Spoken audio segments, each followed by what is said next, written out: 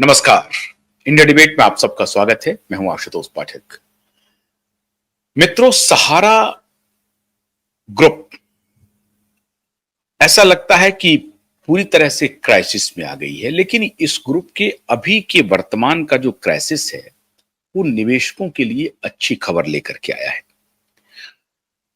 मैं क्यों ऐसा कह रहा हूं? क्योंकि अभी एक फैसला हुआ है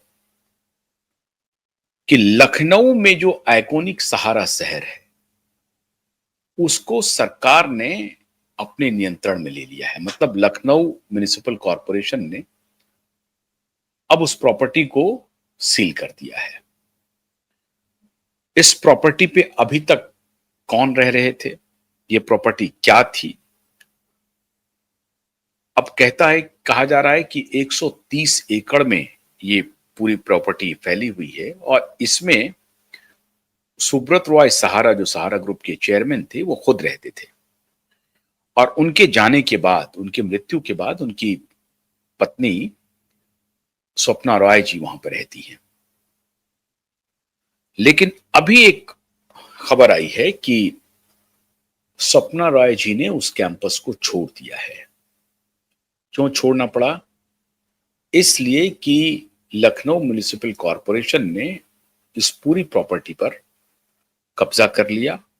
कब्जा कहने मतलब अपने अधीन ले लिया और अब ये संपत्ति सरकार की संपत्ति हो गई है। ये वही सहारा शहर है मित्रों, जिसमें देश भर के कार्यकर्ता कभी न कभी जरूर गए हैं और कई मौकों पर गए हैं। ये वही सहारा शहर है जहां एक जमाने में बहुत मशहूर शादी हुई थी सुब्रत रॉय के दोनों पुत्र की, और उस शादी में प्रधानमंत्री तक, उस वक्त के प्रधानमंत्री अटल बिहारी वाजपेयी भी मेहमान बने थे और बहुत ही लैविश शादी हुई थी। उस वक्त जो उनकी ये शादी थी वो 500 करोड़ की थी, 1000 करोड़ की थी। लोग कयास लगा रहे हैं कि सैकड़ों करोड़ की शादी थी वो। और इसके पहले अभी तक उस तरह की लैविश शादी की कोई चर्चा हुई नहीं थी। पोस्ट इंडिपेंडेंस की मैं बात कर रहा हूं। राजघराने को छोड़ दीजिए, राजघरानों की जो शादी होती है वो अलग होती है। ये कोई राजघराने नहीं थे, लेकिन उस शादी की चर्चा हुई थी और वो शादी भी इसी जगह पर हुई थी, इसी सहारा शहर में हुई थी। मैं स्वयं भी सहारा शहर कई बार जा चुका हूं। इसी जगह पर मेरी मेरी व्यक्तिगत मुलाकात सुब्रत रॉय जी के साथ 3 बार हो चुकी है और 1-on-1 मुलाकात, घंटों की मुलाकात हुई है। 1-2 बार की मुलाकात नहीं हुई है, घंटों की मुलाकात हुई है। और मैं इस हिसाब से उस शहर को, उस पूरे कैंपस को जानता हूं और इसमें कोई शक नहीं है कि उस वक्त हम लोगों के जहन में ये बात नहीं थी कि ये प्रॉपर्टी जो है उसमें लखनऊ म्युनिसिपल कॉरपोरेशन की भी कोई हिस्सेदारी होगी या सरकारी जमीन है या इंक्रोचमेंट है, भगवान जाने। उस वक्त हम लोगों को जानकारी नहीं थी। अभी जो स्थिति है कि सहारा लखनऊ म्युनिसिपल कॉरपोरेशन ने जो अपने पोजीशन में लिया है, तो जाहिर है कुछ ना कुछ कारण होंगे, कोई ना कुछ लीगल, कोई ना कोई डॉक्यूमेंट होगा जिसमें कमी होगी, जिसकी वजह से ये सरकार के पास चला गया। लेकिन एक बात मैं बताऊं आपको कि जहां तक मैं जानता हूं कि सहारा कानूनी रूप से ऐसी कोई प्रॉपर्टी या इस तरह का काम नहीं किया है जिसके कागजात उनके पास न हो। अब ये स्थिति, अब ये कोर्ट में जाएगा कि नहीं जाएगा कहना मुश्किल है, लेकिन अगर ये प्रॉपर्टी सरकार ने अपनी पोजीशन में ले लिया है तो जाहिर है उनके पास इसके कागजात होंगे या बोनाफाइड कोई रीजन होगा। सहारा के पास इस तरह का कोई बोनाफाइड रीजन नहीं होगा जिसके बिना पर यह प्रॉपर्टी सहारा अपनी पोजीशन में रखे। जो भी हो, लेकिन अब आज की स्थिति यह है कि संभवतः स्वप्ना रॉय जी को उस कैंपस को छोड़ना पड़ा है।